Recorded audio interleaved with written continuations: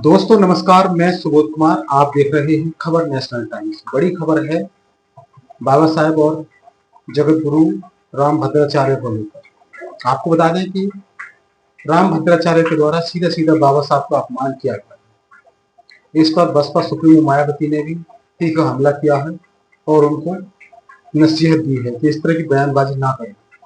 अब सबसे पहले आपको बता देते हैं कि आखिर वो बयानबाजी क्या है। आपको बता दें जानकारी के लिए कि जो जगत गुरु हैं राम भद्राचार्य लगातार कोई ना कोई अनाप शनाप बयान देते रहते हैं, क्योंकि हिंदुत्व की सरकार है, योगी की सरकार है, ऐसे बाबाओं पर नकेल कसी नहीं जाती। ये तो खुलेआम बोलते हैं और उन पर कोई कानूनी कार्रवाई नहीं होती। पहले भी ये अनाप शनाप बयान दे चुके हैं। जब भी मुंह खोलते हैं तो कुछ ना कुछ गलत बयानबाजी करते हैं। उन्हें पता कुछ होता नहीं है, लेकिन बस बोलने से बाज नहीं आता। अब इन्होंने कहा है कि बाबा साहब को संस्कृत नहीं आती थी, जो कि एक हास्यास्पद बयान है, इसलिए उन्होंने मनुस्मृति जलाई।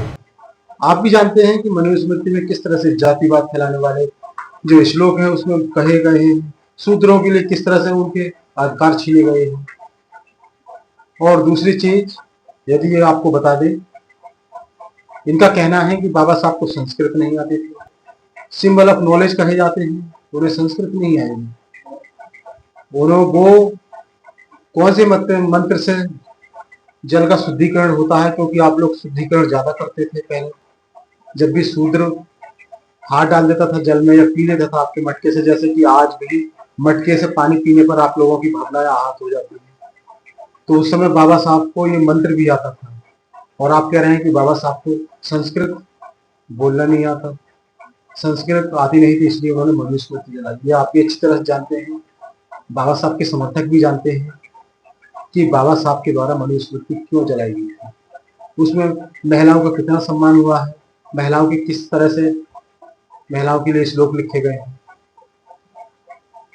तो इस तरह के जब आपको यदि जानकारी ना हो तो उस तरह से गलत बयानबाजी और झूठ नहीं बोलना चाहिए। जबकि आपका सनातन कहता है, सत और चित की बात करते हैं, आप सत्य की बात करते हैं, तो जो सत्य है वही सनातन है, लेकिन आप झूठ पे झूठ, झूठ पे झूठ, झूठ पे झूठ बोलते जाते हैं। ये आपने कहाँ लिखा देखा, कौन सी किताब में लिखा था कि बाबा साहब को संस्कृत नहीं आती है? कोई तथ्य तो पेश करते, जो मुंह में आए वो ही बक दिया, बोल दिया। दोस्तों आपको बता दें कि इस पर मायावती ने भी, जो बसपा सुप्रीमो है, बहुजन समाज पार्टी के राष्ट्रीय अध्यक्ष है, उन्होंने भी अपने एक्स पर पोस्ट के माध्यम से नसीहत दी है इन बाबा को। लगातार कोई ना कोई बाबा साहब के बारे में, भीमराव अम्बेडकर के बारे में कुछ ना कुछ अनाप शनाप बोलते रहते हैं। इससे पहले ये अनिरुद्धाचार्य जो कि कथावाचक है, उन्होंने भी बाबा साहब के बारे में गलत टिप्पणी की थी, उन पर भी नकेल कसी गई थी। और आपको बता दें अब ये रामानुजाचार्य के द्वारा भी बोली गई। उन्होंने सेकुलर को लेकर बात कही थी, लेकिन उन्हें ये नहीं पता सेकुलर की बात कर रहे हैं, संविधान की बात कर रहे हैं। वो ये नहीं जानते कि किस तरह से जो शोषित समाज है, पीड़ित समाज है, उस पर अत्याचार हुए थे।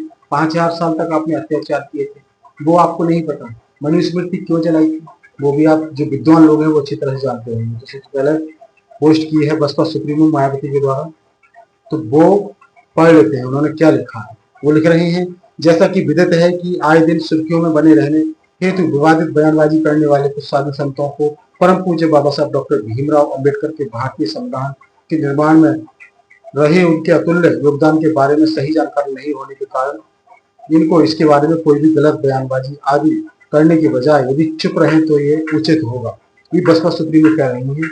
वहीं साथ ही बाबा साहब के अनुयायी मनुस्मृति का विरोध क्यों करते हैं, उसे भी इनको अपनी जातिवादी देश की भावना को त्याग कर जरूर समझना चाहिए।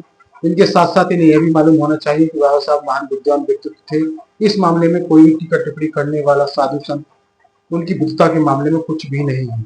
अतः इस बारे में भी कुछ कहने से पहले उनको जरूर बचना चाहिए, यही एक सलाह है।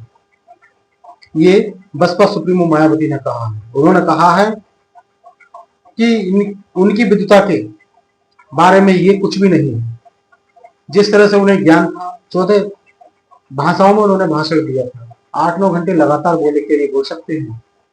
उन्होंने रिजर्व बैंक ऑफ इंडिया की स्थापना की थी, उन्हें पूरी अर्थशास्त्र का ज्ञान था, दूरदर्शी थे। क्या ये हो सकते हैं उन्हें सिर्फ बस वेद पुराण के बारे में पता है, बाकी ये क्या जानते हैं? तो दोस्तों ये बड़ी खबर थी, और इस तरह की जब यदि आपको जानकारी नहीं है तो प्लीज इस तरह की गलत टिप्पणी ना करें,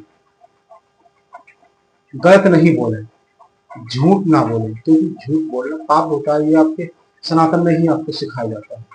तो ये बड़ी खबर थी। फिर आऊंगा एक नई और बड़ी खबर को लेकर, तब तक के लिए धन्यवाद, नमस्कार।